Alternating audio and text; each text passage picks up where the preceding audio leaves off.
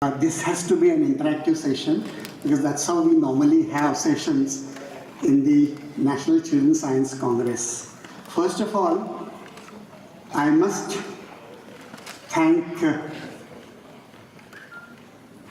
Mr. Shrikant Sikchi, Mrs. Nilima Guljar, who are the members of the Trustee Council of Vidya Pratishthan, and also Srimati Purnima Taure, who is the president-elect of this city. I'm really happy that they are here, and it also shows that they care for programs of this kind. I think we must give them a round of applause. All of you, please stand.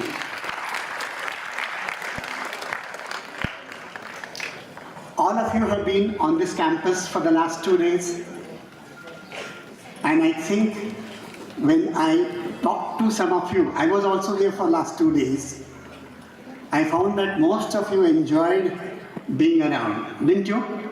Did you like the greenery? Yes. Did you like the arrangements? Yes. Did you like the buildings? Yes. I think everything is so nice, and we must thank on your behalf the organizers of this National Children's Science Congress. This is one of the best National Children's Science Congresses ever held.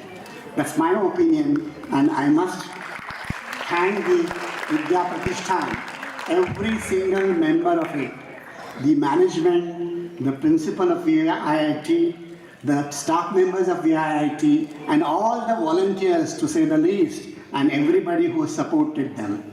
And I'm really happy to be part of this gathering, and I'm sure that you people, all of you, okay, are going to get inspiration from this nice experience. You had your good sessions, presentations. The first round of presentations was already done, right?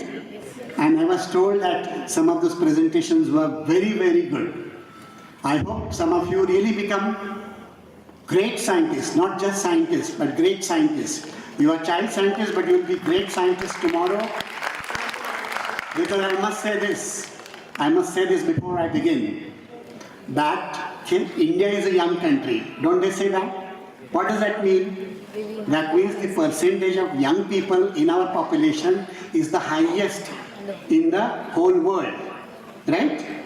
And therefore, what it means also is this, that young people are always creative, productive, and if they are able to give their services the best way, then of course the country is going to progress very fast.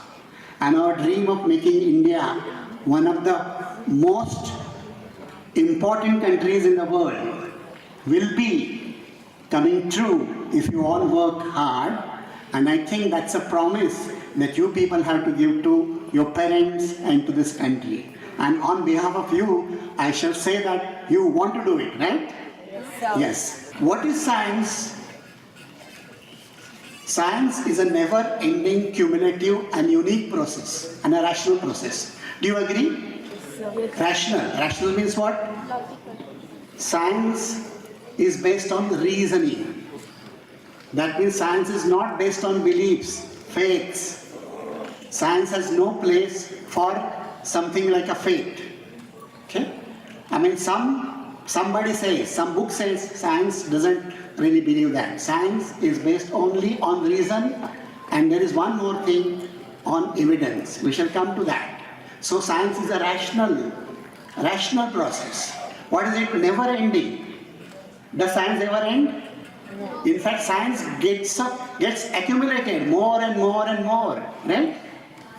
Because you see what happens? Newton lived 300 years ago. When Newton was there in 300 years ago, he established certain laws. Those laws are known to us in standard 8 only.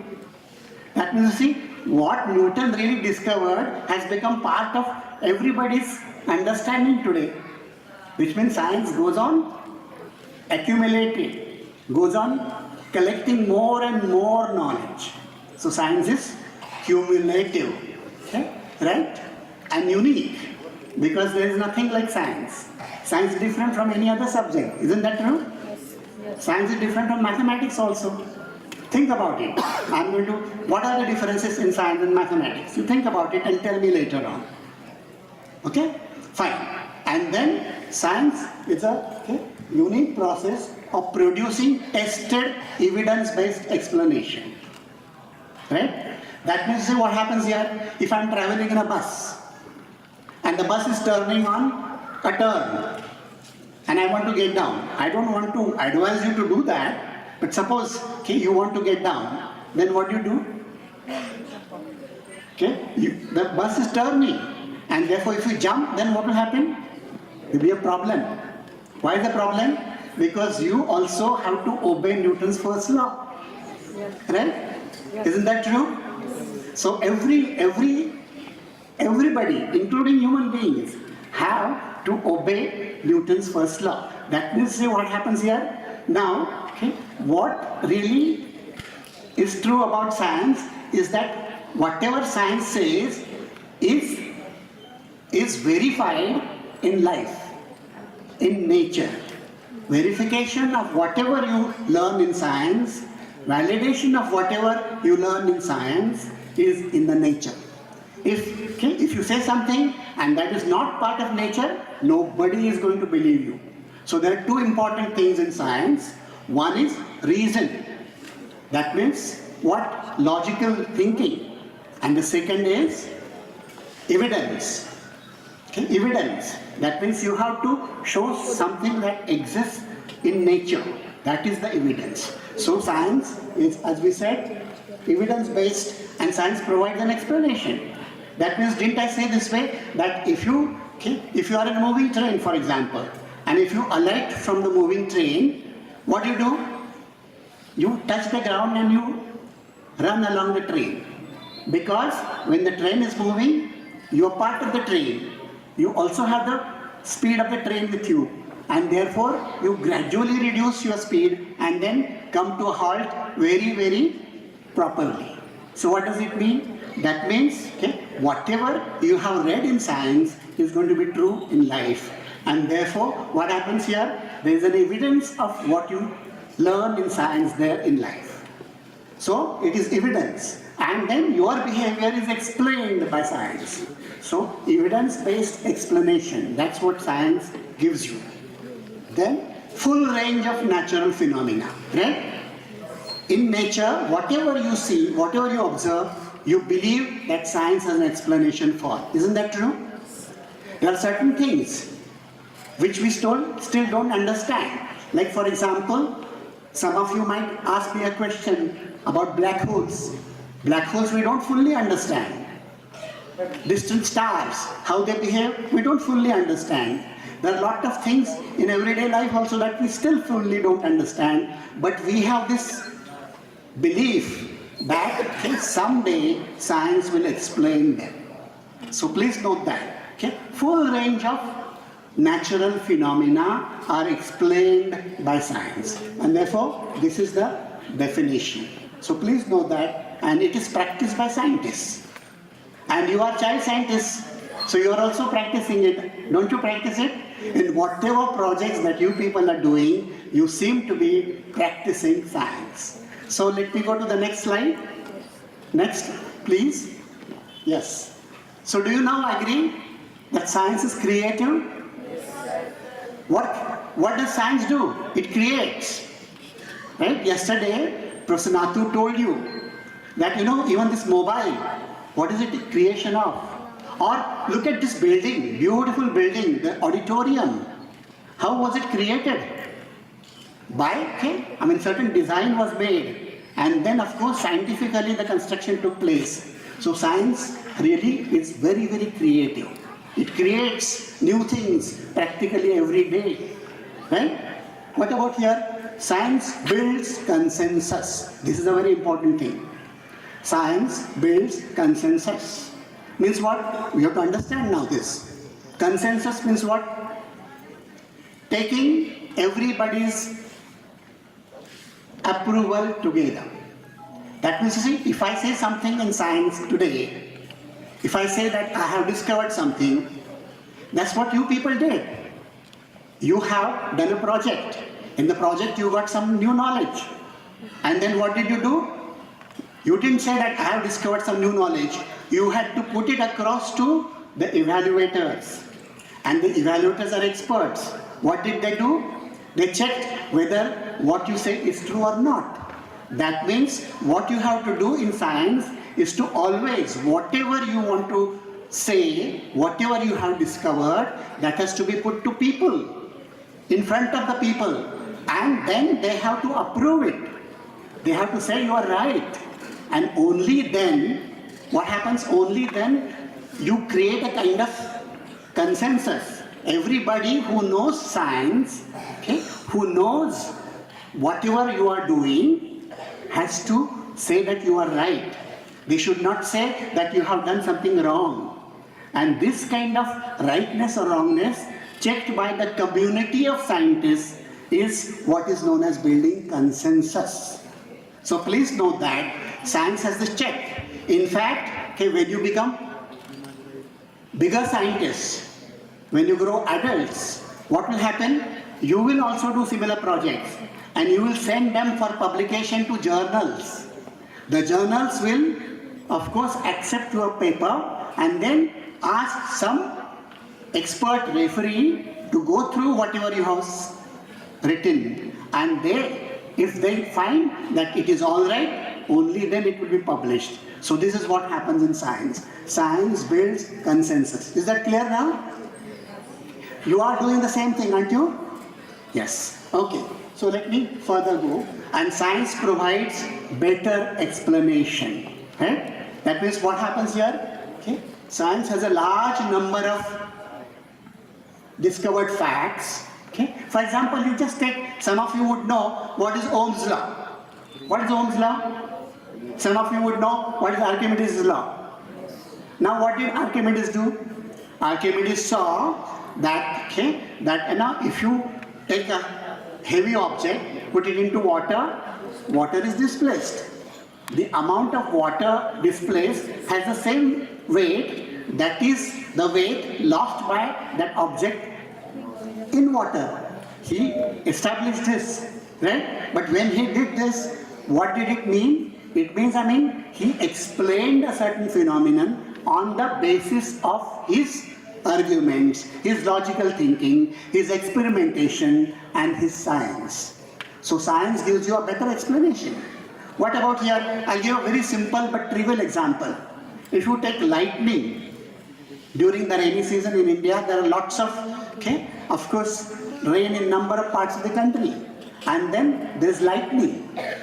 What does lightning mean? What is the lightning due to? Do we say that it is some kind of supernatural phenomenon? We don't say that. We say that lightning is created by the clouds brushing against each other. There is that static electricity produced, and if that static electricity comes down, then there is lightning. So there is an explanation of lightning, and science gives you an explanation which you can easily say it is rational, it is good, it is acceptable.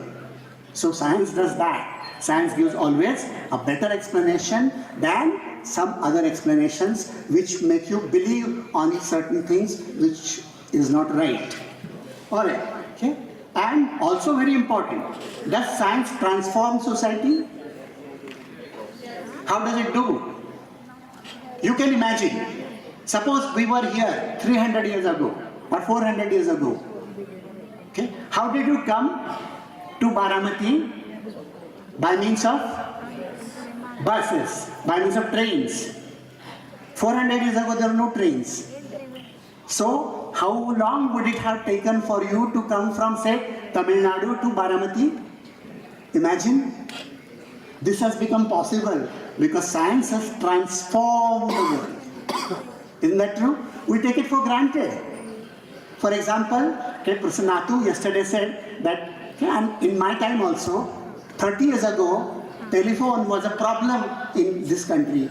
And now, every moment, you cannot survive without your mobile phone. Now you are so much used to it. Children of today cannot even think that there was a zamana, there was a world without the telephones of today, without the mobiles of today. without any telephones and so on. But we have done that. There was a zamana when there were no trains also. There was a zamana when there were no cars. It really happens that way. So what has happened? How has this happened? Because of science and technology. Isn't that true? So science transforms society. You agree with me? Yes, sir. So okay, let's go further because I want to go quickly now to the other things. All right. Okay. I'm not going to go knowledge dimensions of science. Okay. We'll go further. Next slide, please. So, okay, science is something that scientists do, including child scientists. And what do? First of all, don't they observe? All of you have done some observations, very, very good observations. And then, haven't you done also measurement? What is measurement? Measurement is like a comparison. When I say that this is about 1 meter, how do I say that it is 1 meter? Because I know that there is a meter, standard length. And I can say that I can measure this against the standard length and I can compare. It may be more, it may be less, it may be 1.3 meters, it may be 1.35 meters or something of that kind. That means science always measures and compares. So the observations of science are not just observations by eye. They include also measurements. And in measurements, what do? Measurement gives you numbers. Numbers can be handled by the mathematics that we learned. Nuclear energy to India. Right? And let me give you the answer. And the answer is not very short. Right? We all need energy. And it is found that per capita energy that we are consuming as a nation is much less than what it is in countries abroad. Do you all agree? That means I calculated, compared to the world average, we are using only 1/3 of energy per capita. That means even to go to the world average, we must increase our energy output 3 times. And if you want to do well, because see, the thing is that even the average that we have in the world is not something that is desirable. Much more than that is desirable in order to have good life. And therefore, I estimated that there is the energy that we are consuming per person in India today has to increase at least 15 times. The particular object called Pluto is worthy to be called a planet or not. Right? A planet has to go by a certain rule, and therefore they thought that Pluto is not a major planet. Pluto is still called a minor planet. So there is no difference here. And it is part of the solar system, definitely. But besides Pluto, there are 2 other minor planets also. Right? Okay? So does that clear your doubt? Yes. Thank you. To make a model, like suppose we are using missiles and something to eliminate the enemy ships or something. So I'm trying to do some kind of pressure bomb. Suppose so a body is going and suppose this is an enemy ship. So a body is going and making a huge amount of pressure at the same time and using just a simple grenade. So can at a high pressure and using just a simple grenade, can the body blast off the whole enemy ship at the same time? See, he's asking, simple pressure can really work. The main thing is that a jet works on that principle. Yes. A rocket also works on that principle. What does a rocket really work on? Okay, it has fuel, right? And that fuel is burned and it comes out with great speed, and then it gives a push in the opposite direction. That's why the rocket goes up. So the question is related to astrophysics. So the universe started its way from Big Bang theory. So it's from cosmic era. So space has started its journey from its cosmic era. So my question is that, so where did that cosmic head have space to? See, there's a beautiful question. It really amounts to this. I mean, all of you hear that the universe started from a Big Bang, right? What is a Big Bang? There was some kind of concentration of matter in a very, very, very small area. Very small area. That means on the tip of something like a pin, the entire universal mass was concentrated and it got exploded. What happened earlier than that, we don't know. And that is something that we don't know. It is not possible to know for science today, definitely. And therefore, science does not want to answer a question of this kind. Speed of light, that it can be converted to energy. Yeah, it happens. He is asking, in Einstein's theory, mass can be converted to energy. What is nuclear energy? Nuclear energy is exactly that. What happens here, in the case of nuclear energy, a nucleus which is big breaks into two parts and it loses mass. And that amount of mass which is lost is converted into energy. That's what we use. We know that our universe is expanding, accelerating, but we also know the universal law of gravitation. If a body is having a higher mass, it will attract another body. So why the universe is accelerating? Why the universe is accelerating? Very, very good question. I think some of you study advanced. Request audience, please now don't come here because the queue is insufficient. Now the next meeting we need scientists later on. Scientists will be available. So request that participants don't come in now late, please. Alright, so one thing is that the universe is expanding right from its beginning. So the Big Bang, what is the Big Bang? There was mass concentrated in a very small area and they were expanding. So that original expansion is still going on.